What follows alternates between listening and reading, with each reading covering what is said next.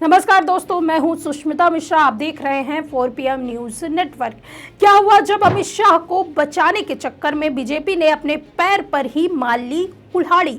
कैसे भाजपा का सालों से फैलाया गया झूठ का मंत्री के एक बयान से हो गया पर्दाफाश, और कैसे नेहा सिंह राठौर ने भाजपा को दिखाया आईना?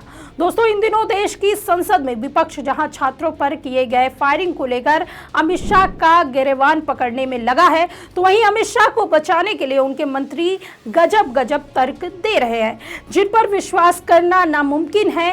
केंद्रीय मंत्री जितेंद्र सिंह ने लोकसभा में बयान दिया कि गोली चलाने का आदेश कोई मंत्री नहीं देता, बल्कि ऑन ड्यूटी मजिस्ट्रेट देता है। लेकिन मंत्री के इस बयान से बीजेपी के लिए मुश्किलें और बढ़ गई, क्योंकि मंत्री के इस बयान के बाद से सोशल मीडिया और राजनीतिक गलियारों में 1990 के अयोध्या कार सेवक गोलीकांड और तत्कालीन मुख्यमंत्री मुलायम सिंह यादव की भूमिका को लेकर एक नई बहस छिड़ गई।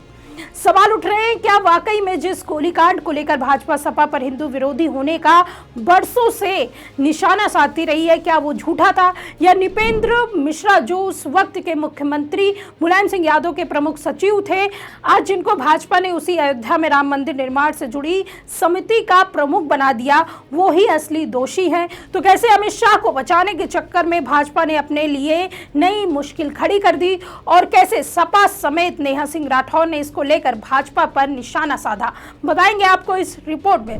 दोस्तों, पिछले दिनों पूरे देश ने देखा है कि कितनी बर्बरता के साथ दिल्ली में प्रदर्शनकारी छात्रों की कील लगी, लाठियों से पीटा गया, उनकी आंखों में आंसू गैस भर गए, करंट लगाया गया, पत्थर फेंके गए, मार मार कर हड्डियां तोड़ दी गई, यहाँ तक कि पैलेट गन तक चलाई गई। धर्मेंद्र प्रधान के इस्तीफे के बाद भले ही प्रदर्शन खत्म हो गया हो, लेकिन लोगों के सवाल अभी भी जिंदा हैं।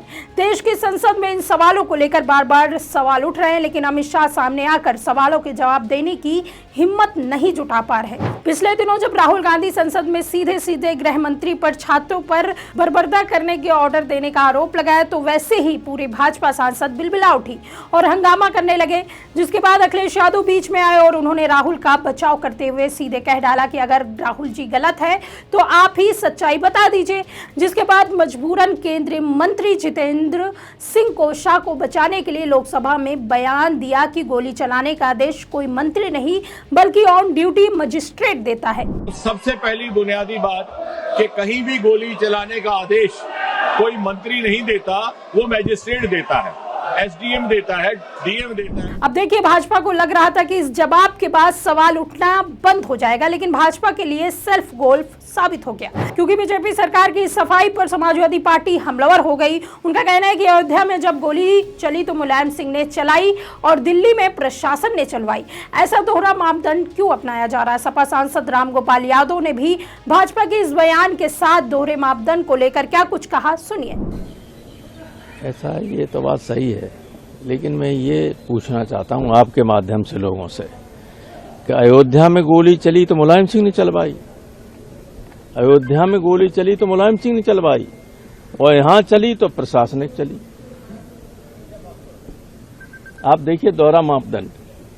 वहीं जितेंद्र सिंह के बयान पर निशाना साधते हुए सपा अध्यक्ष अखिलेश यादव ने एक्स पर पोस्ट करते हुए लिखा कि जब अपने पर आरोप लगे, उंगली उठी, तब ये बात समझ में आई, देश के अधिकारी देख ले, ये भाजपाई किसी के सगे नहीं है। लोक गायिका नेहा सिंह राठौर ने भी इस पर टिप्पणी करते हुए लिखा कि अगर गोली चलाने का आदेश मंत्री नहीं मजिस्ट्रेट देता है, तो भाजपा राम भक्तों पर गोली चलवाने का आरोप स्वर्गीय मुलायम सिंह यादव पर क्यों लगाती है? अब देखिए, भाजपा वर्षों से हर चुनाव में समाजवादी पार्टी पर हिंदू विरोधी होने का कीचड़ उछालती हुई आई है। अब इसको लेकर मुलायम सिंह यादव पर मुस्लिम तुष्टीकरण करने का खूब आरोप लगाया गया। भाजपा वालों ने मुलायम सिंह यादव का नाम ही मुल्ला मुलायम रख दिया था, लेकिन आज जब अपने पर आई तो कहा जा रहा है कि मंत्री नहीं बल्कि अधिकारी ऑर्डर देता है। अगर अधिकारी ऑर्डर देता है तो आपको बता दें कि 1990 में जब अयोध्या में कार सेवकों पर गोलीबारी हुई थी, तब राज्य में मुलायम सिंह यादव की सरकार थी और नृपेंद्र मिश्रा उत्तर प्रदेश के तत्कालीन मुख्यमंत्री मुलायम सिंह यादव के प्रमुख सचिव थे।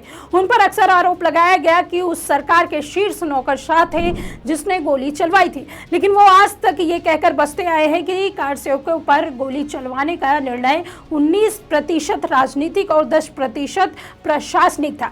यानी ऐसे कड़े कदम राजनीतिक नेतृत्व के निर्देशों के तहत उठाए जाते हैं। अब या तो जितेंद्र जी सही बोल रहे हैं या नुपेंद्र जी। अगर नुपेंद्र जी सही बोल रहे हैं तो अमित शाह दोषी हैं, और अगर जितेंद्र जी सही बोल रहे हैं तो भाजपा ने मुलायम सिंह यादव को अब तक क्यों निशाना बनाया। यानी भाजपा के लिए इधर कुआं तो उधर खाई।